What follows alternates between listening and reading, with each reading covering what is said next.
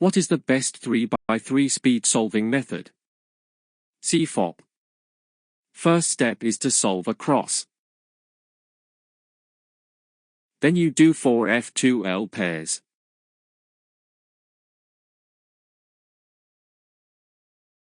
Next is OLL and PLL and it's done.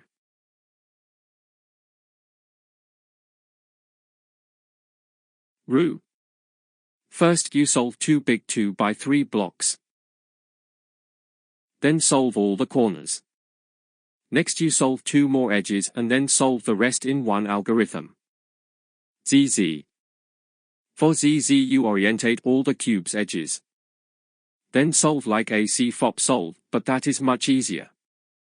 You will always have a cross OLL on the last layer with ZZ.